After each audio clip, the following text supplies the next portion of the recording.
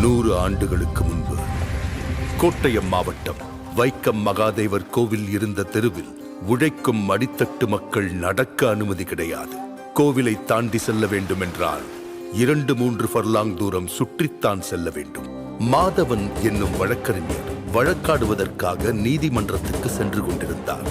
நீதிமன்றம் அரண்மனைக்குள் இருந்தது. ராஜாவின் பிறந்த நாள் என்பதால் அரண்மனையில் பந்தல் போட்டு வைத்திருந்தார்கள்.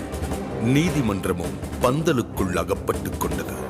யாருக்கும் எதற்கும் அசைந்து கொடுக்காத விஷ விருட்சங்களாக வளர்ந்து நின்ற சாதியும் மதமும் மாதவனுக்கு அனுமதியை மறுத்தது. நீதியை நெருங்குவதை தீண்டாமை தடுத்து நின்றது. மாதவன் விடவில்லை.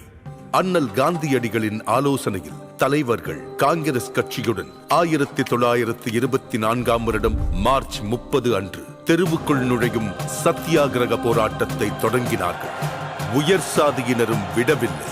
வைக்கம் போராட்டத்திற்கு எதிரான இயக்கத்தை உருவாக்கினர். காவலர்கள் போட்டிருந்த தடுப்பை கூட நெருங்க விடாமல் போராட்டக்காரர்களை தடுத்தார்கள், மிரட்டினார்கள். கண்ணிருந்தால் தானே பாதை தெரியும் என சுண்ணாம்பு நீரை கண்ணில் வீசி பார்வையை பறித்தார்கள். போராட்டம் தளராமல் தொடர அரசனுக்கு மூக்கு வியர்த்தது. டி.கே. மாதவன், கேசவ மேனன், ஜார்ஜ் ஜோசப் என 19 தலைவர்களையும் கைது செய்தார். போராட்டத்தை வழிநடத்த தலைமை இல்லை. சிறையில் அடைப்பட்ட தலைவர்களுக்கும் வேறு வழியில்லை. காங்கிரஸ் கமிட்டிக்கு கடிதம் எழுதினார்கள். நீங்கள் வந்து போராட்டத்திற்கு உயிரூட்ட வேண்டும், இல்லையென்றால் அரசரிடம் மன்னிப்பு கேட்டு போராட்டத்தை கைவிட வேண்டிய நிலைக்கு தள்ளப்படுவோம் என்றது கடிதம். போராட்டத்தை தாங்கி பிடிக்க இரும்பு கரமே வந்தது. சாதிக்கும் தீண்டாமைக்கும் எதிராக எந்த சமரசமும் இன்றி போராட்டத்தை தொடர புறப்பட்டார் தந்தை பெரியார். வைக்கம் போராட்டத்தை சமூக போராட்டமாக மக்களிடம் கொண்டு போய் சேர்த்தார். கோவில் தெருவில் ஆடு நடக்கலாம், மாடு நடக்கலாம், மனுஷங்க நடக்க முடியாதா என்று கேட்டார். ஊர் ஊராக சென்று பிரச்சாரம் செய்தார். பெரியாரின் ஒவ்வொரு பேச்சும் வெடிகுண்டாக வெடித்து ஆதிக்க சாதிகளை அசைத்த மக்கள் கூட்டம் ஒன்று சேர்ந்தது. கலகலத்து போனது திருவிதாங்கூர் சமஸ்தானம்.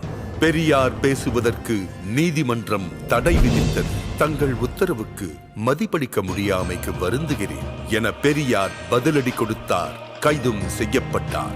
1 மாதம் சிறையில் இருந்து திரும்பிய பெரியார் மறுபடியும் வைக்கம் சென்றார். மீண்டும் பிரச்சாரம், மீண்டும் சிறை. இம்முறை 4 மாத கடுங்காவல் தண்டனை. மலையை சிறை என்ன செய்துவிட முடியும்? இந்த நேரத்தில் திருவிதாங்கூர் ராஜா சர் ராமவர்மா திடீரென காலமானார். சிறையில் இருந்தவர்கள் விடுதலை செய்யப்பட்டனர். வெளியே வந்த பெரியார் மீண்டும் போராடினார். பெரியார் தலைமையிலான போராட்டத்திற்கு பலன் கிடைத்தது. திருவிதாங்கூர் ராணி பேச்சுவார்த்தைக்கு முன்வந்தார். அண்ணல் காந்தியடிகளை பேச்சுவார்த்தைக்கு அழைத்தார்கள். பேச்சுவார்த்தைக்கு வந்த காந்தியடிகளிடம் தெருவில் நடக்கக்கூட அனுமதி வழங்குகிறோம், அதற்கடுத்து ராமசாமி கோவிலுக்குள்ளும் நுழைய வேண்டும் என போராடினால் என்ன செய்வது என்று ராணி கேட்க காந்தியடிகள் பெரியாரிடம் பேசினார். பெரியார் தனது நிலைப்பாட்டை விட்டுக் கொடுக்கவில்லை. பாதையை திறந்து விடட்டும், அதற்காக கோவிலுக்குள் நுழைய போராட மாட்டோம் என உத்தரவாதம் கொடுக்க முடியாது. வேண்டுமென்றால் இப்போதைக்கு அதற்காக போராட மாட்டோம் என சொல்லுங்கள் என்றார் பெரியார். பெரியாரை தன் வழிக்கு கொண்டு வர முடியாது என காந்தியடிகளுக்கு புரிந்தது.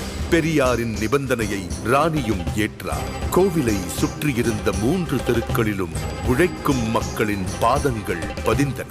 1925ஆம் ஆண்டு நவம்பர் மாதம் போராட்டம் வெற்றி கண்டது. எல்லாருக்கும் எல்லாம் என்கிற திராவிட அரசியல்தான் பெரியாரின் ஆயுதம்.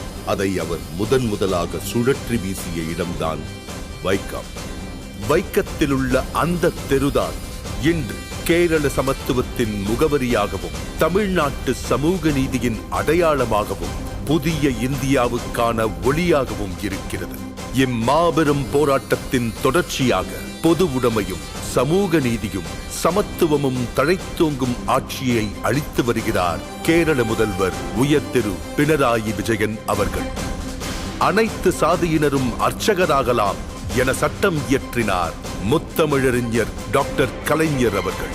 அதை நடைமுறைப்படுத்தினார் தமிழ்நாடு முதல்வர் உயர் திரு மு.க. ஸ்டாலின் அவர்கள். பெரியார் வகுத்துத் தந்த சமூக நீதி பாதையில் வீறுநடை போடுகிறது மாண்புமிகு தமிழ்நாடு முதலமைச்சர் திரு மு.க. ஸ்டாலின் அவர்களின் தலைமையிலான சமூக நீதி காக்கும் அரசு.